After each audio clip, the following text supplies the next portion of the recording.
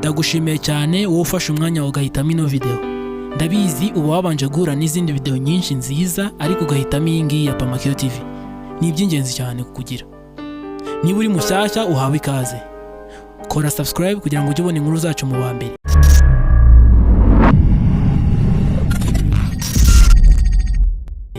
Uyu munsi ngufitiye inkuru isa nk'itangaje, iteye amatsiko, ishishikaje. Wese bibaza uti ni iyihe? Iyi nkuru iravuga ku gihugu cya Eritrea. Iki gihugu cyo ku mugabane wa Afurika ni kimwe mu bihugu bibarwa mu bya mbere bikandamiza uburenganzira bwa muntu. Muri iki gihugu umuturage nta burenganzira na bumwe agira kuva ku mibereho ye bwite, politike ndetse no mu kwemera.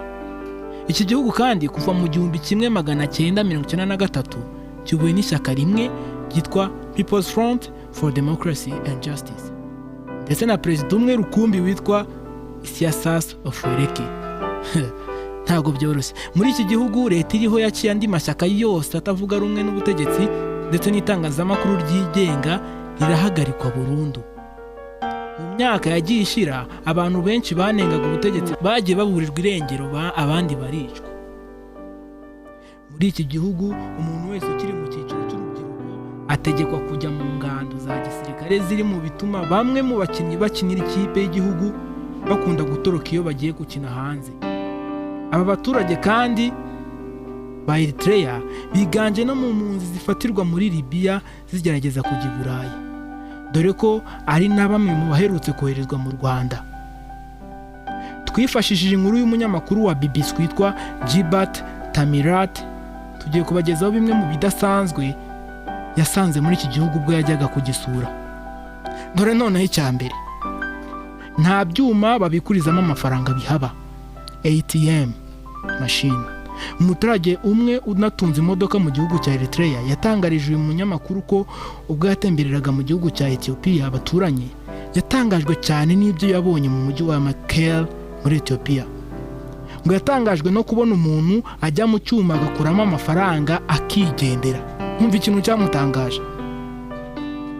Icya kabiri, haba uruganda rumwe rukumbi rwenga inzoga. Uru ruganda ruhabarizwa rugiye kumara imyaka irenga 80 rukorera muri icyo gihugu, ari rumwe rushinzwe n'umutaliyani witwa Luigi Melotia mu mwaka wa 1939. Abaturage kandi bakomeje bavuga ko ubusanzwe nta muntu wari wemerewe kunywa amacupa arenze 2. Umva icyo kintu. Icyakora mu minsi ishize bakaba barakomorewe kunywa izo bashaka. Iyo washakaga kunywa ugashira icyaka, wajyanaga n'umuntu utazinywa maze akazigufatira ukaza kuzinywa. Urugero, ukajyana n'inshuti yawe ugasaba 2 nawe agasaba izindi 2. Noneho za zindi 2 ukaza kuzinywa kuko watazinywa. Icya gatatu, kubona simukadi bigoye kurusha amabuye y'agaciro.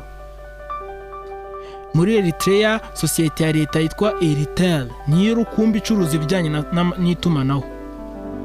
Iyo uretse no kuba ikora yonyine, ikora uko ishaka kandi abakoresha serivisi zayo bagacungirwa bya hafi na leta. Imibare yagiye hanze yagaragaje ko internet muri Eritrea igera ku bantu barengaho gato 1% cy'abaturage bose. Ni ukuvuga abantu baterenga ibihumbi 40 muri miliyoni 3 n'igice zituye iki gihugu. Muri iki gihugu rero kugira ngo ubone simukadi ni ibintu bigoye cyane. Bigusaba kubanza kwiyandikisha uhereye mu nzego z'ibanze ukazamuka, niyo umaze kuyibona uba ushobora guhamagara no kwitaba gusa kuko internet yaho ntitangwa kuri simukadi, ahubwo hari aho ujya ugakoresha wireless cyangwa se wifi. Abanyamakuru ba BBC ubwo basuraga iki gihugu babahaye simukadi imwe ari 3, ndetse basabwa no kuyisubiza niba ajya kugenda. Urumva icyo kintu. Umwanya wa 4, gufata amafaranga bigusaba kujya muri banki gusa, nta bintu byo ba agenti cyangwa n'ibindi byinshi. Kuri ubu leta y'iki gihugu yamaze gushyira umubare w'amafaranga ntarengwa umuntu atagomba kubikuza mu kwezi kumwe. Iri tegeko rivuga ko kabone niyo waba ufite amamiliyari kuri konte, nta numwe wemerewe kubikuza ibihumbi 5 by'amanakfa akoreshwa muri icyo gihugu. Aya angana n'amanyarwanda 300 gusa, 307 gusa. Kugira ngo byibuze ugure imodoka ihendutse aho muri Eritrea bigufata amezi arenga 10 ubikuza ibihumbi 5 buri kwezi. Icyo gihe uba umaze kugira ibihumbi 50. Leta ivuga ko uburyo bumwe wabikuza amafaranga arenze ayo ari uko waba wakoze ubukwe gusa, nibwo wemerewe kubikuza menshi kuko ari ikintu gikomeye kandi gisaba amafaranga menshi. Nabwo ubanza kwandikira inzego z'ibanze zikemeza ko ufite ubukwe koko, maze bakaguha urwandiko ushyira banki. Icyakora nanone hari igice cy'abaturage kivuga ko ubu buryo bwo kutemerera kubikuza amafaranga menshi bituma abaturage biga umuco wo kuzigama ntibasesagure, ndetse bikanatuma ibiciro by'amasoko bidahungabana. Ku mwanya 5 habarizwa televiziyo imwe rukumbi ya leta. Ni ukuvuga nk'uko tubona TV1, TV10, Radio Rwanda, za RBA. Izo televiziyo nyinshi zose ho ntago zihaba, hakora imwe gusa yitwa RTV. Niyo nsakaza amashusho yonyine ikorera mu gihugu, ikora akazi ko gutaka leta gusa. Icyakora iyo ufite ibyuma byakira amashusho ya satellite cyangwa se satellite receiver, ushobora no kureba andi mateleviziyo make cyane. Raporo ivuga ko ku bwisanzure bw'itangazamakuru yavuze ko iki gihugu ari icya mbere ku isi mu kubangamira itangazamakuru, kuko bavuze ko iri inyuma ya Korea ya ruguru. Umuryango w'abibumbye wavuze kuri Eritrea ari cyo gihugu kivamo abimukira benshi ku isi.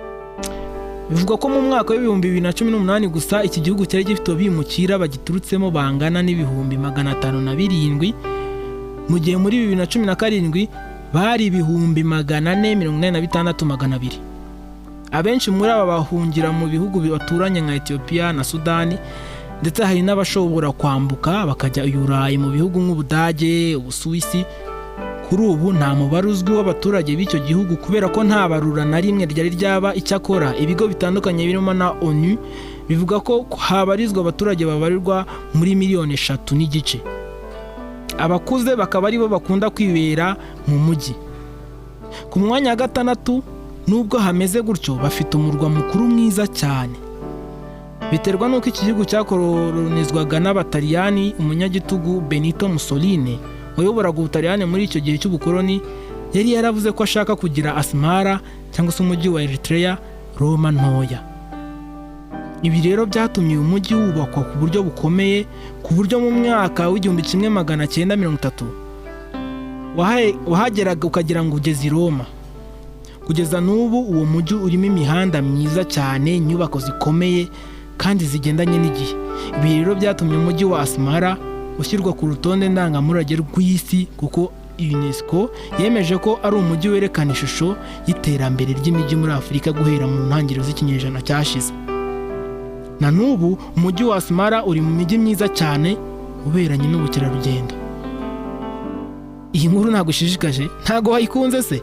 Ndabizi neza ko wayikunze kandi iratangaje. Ndagushimiye cyane ko urebye no video ukabugeze ku musozo. Niba wibagiwe gukora subscribe ubu ntubyibagirwe. Turi kumwe ku yindi video ikurikira.